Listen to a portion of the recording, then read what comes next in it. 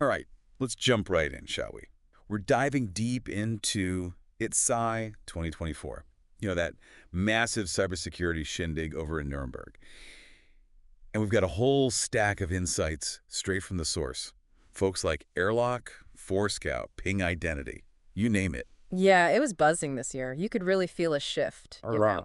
How so? Like, what was the vibe? It felt like less of a detect and respond thing and more of a let's get strategic kind of mood. Proactive. So not just chasing down every single alert that pops up, more like seeing the forest for the trees. Exactly. Like Christian von Mader from Forescout, he was talking about moving from just visibility to understanding. Okay, I like that. So not just knowing there's a threat out there, but understanding its potential impact. Right. And then you can, actually prioritize where do you put your resources? What needs attention first? Smart. Speaking of smart, AI was everywhere, wasn't it? Oh, yeah, definitely a big player. I mean, David Baer from Ping Identity was talking about AI for risk and fraud detection, especially for all those bots trying to sneak into online shops. Right. And then there's Christian Borst over at Vector AI. Right. Vector AI, they're doing some really cool stuff. Their whole attack signal intelligence platform, AI helping analysts make decisions faster with more information. Kind of like giving security teams superpowers, right? Yeah, you could say that. Other thing that kept popping up, this whole IT-OT convergence. Patrick Skoll from Infinigate was all over that. Oh, yeah, big time. He was really passionate about it, especially with those NIS2 regulations coming into play. Makes sense. A lot of folks are going to have to step up their game. He was talking about asset management, the IEC 62443 standard, and endpoint protection. A lot on their plates. Right, and you can't forget about Klaus Stolper from TXOne. They're all about OT Zero Trust, locking down those machines and production environments. Interesting. Seems like OT security is moving from the back burner to front and center. But let's back up for a sec. Decentralized identities, self-sovereign identity, all the buzzwords. Mark Bootkofer from Airlock called it a huge topic, especially with that EU regulation on the horizon. Huge, yeah. That one's going to shake things up. It feels like this idea of people having more control over their data is really gaining steam. Definitely. And David Baer from Ping Identity was talking about that too. The connection to the EU's IIDS 2.0 regulation. Yeah. Digital wallets, verifiable credentials, it's all coming together. Wow, so it's not just Europe.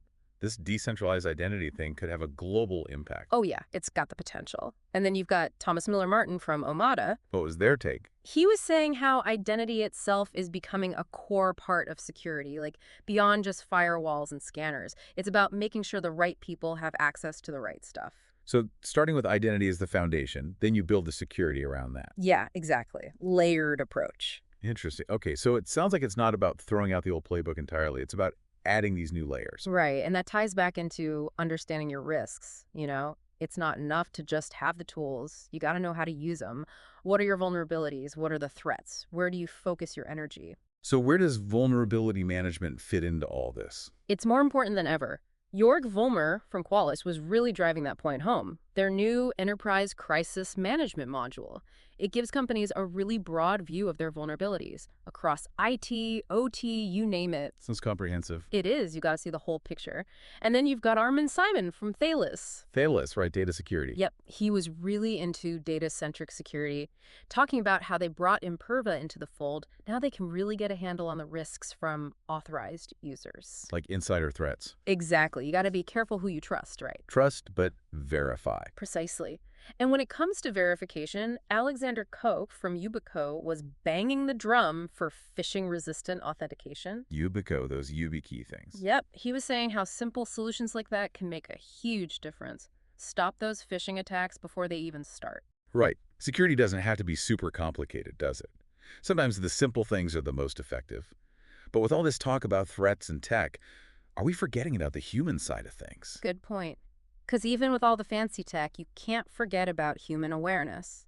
Vigilance. Being smart about what you click on, what you download. Exactly. And Kevin Schwartz from Zscaler was talking about that too. Cyber resilience, bouncing back from a security incident. He also mentioned some cool stuff Zscaler's doing with IoT-OT security and AI-related risks. So it's not just about building walls, right? Nope. It's about being able to adapt and recover. Exactly. Having that flexibility. And that takes a multi-pronged approach.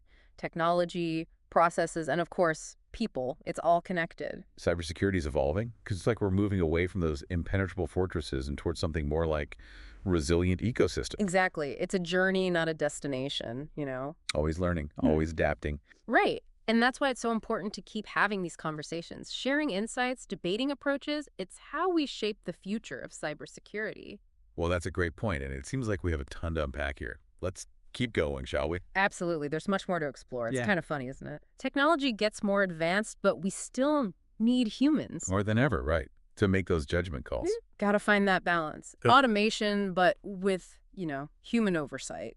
Can't just hand over the keys completely. Exactly. That's why these conversations are so important. Oh, absolutely. Like, Exexa. It's a chance to share what's working, what's not, debate different approaches, figure out where we go from here together. Collective intelligence, love it. And it's not just for the big players either. Like Alexander Koch from Yubico, he was talking about how solutions like the YubiKey, they're putting security tools right in people's hands. Empowering individuals. Exactly. Giving them more control over their own digital security.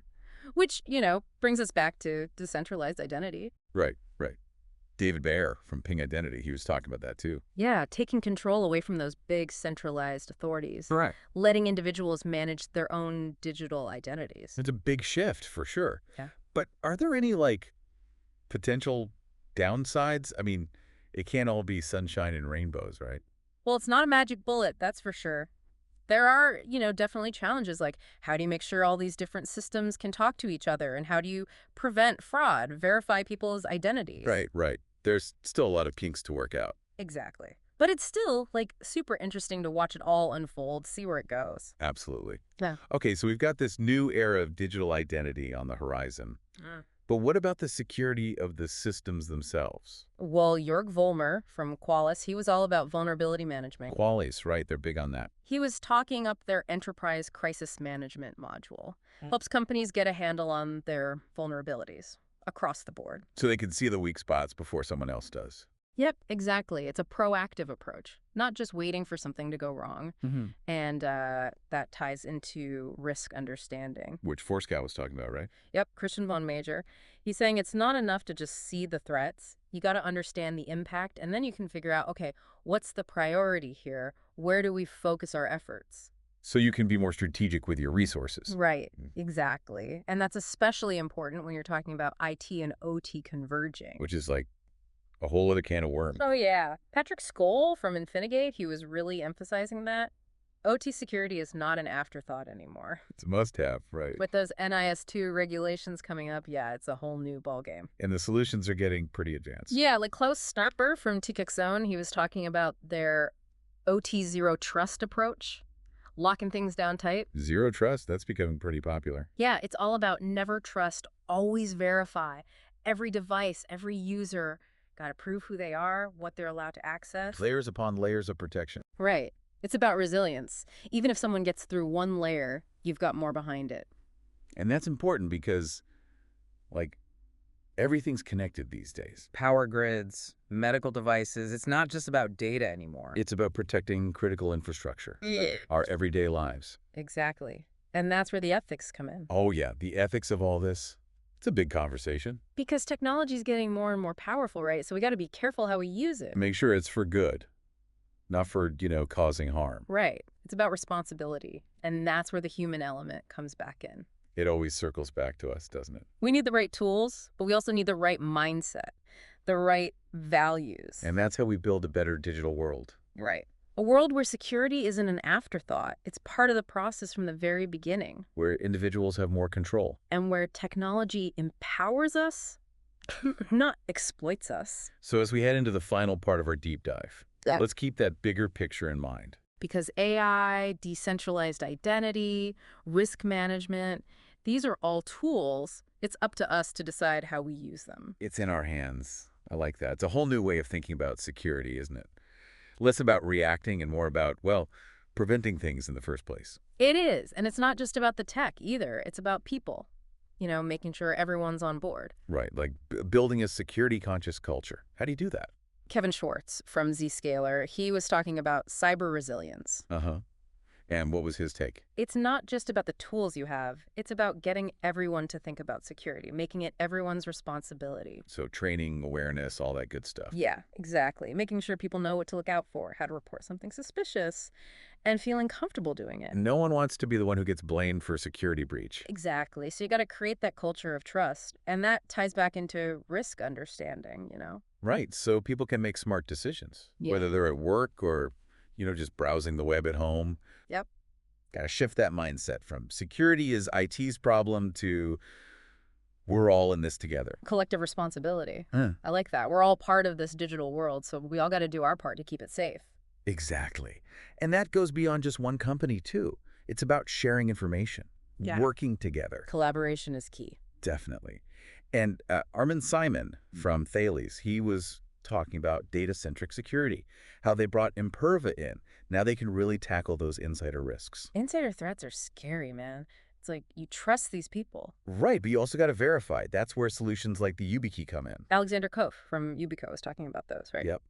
Strong authentication, making it harder for anyone to get in, whether they're outside or already inside the organization. So layers of protection. Layers, technology, processes, and people all working together. It's a lot to juggle. It is, but it's all about building that resilience. And anticipating what might come next. Exactly. Yeah. That's why companies like Qualys are focusing on vulnerability management. Like Jörg Vollmer was saying, they're trying to get ahead of the curve. Right. Find those weaknesses before someone else does. So the future of cybersecurity, what does it look like? I mean, if we could paint a picture. It's proactive. It's built in from the ground up, not an afterthought. Security by design. That's the goal. And it's not a finish line. It's a journey. Always learning, always adapting. Yeah. So as we wrap up this deep dive into CISAO 2024, what's the one thing you want our listeners to remember? Security is about people, the choices we make, the responsibility we share. It's up to all of us to create a safer digital world. Couldn't have said it better myself. Thanks for joining us on this deep dive. We'll see you next time.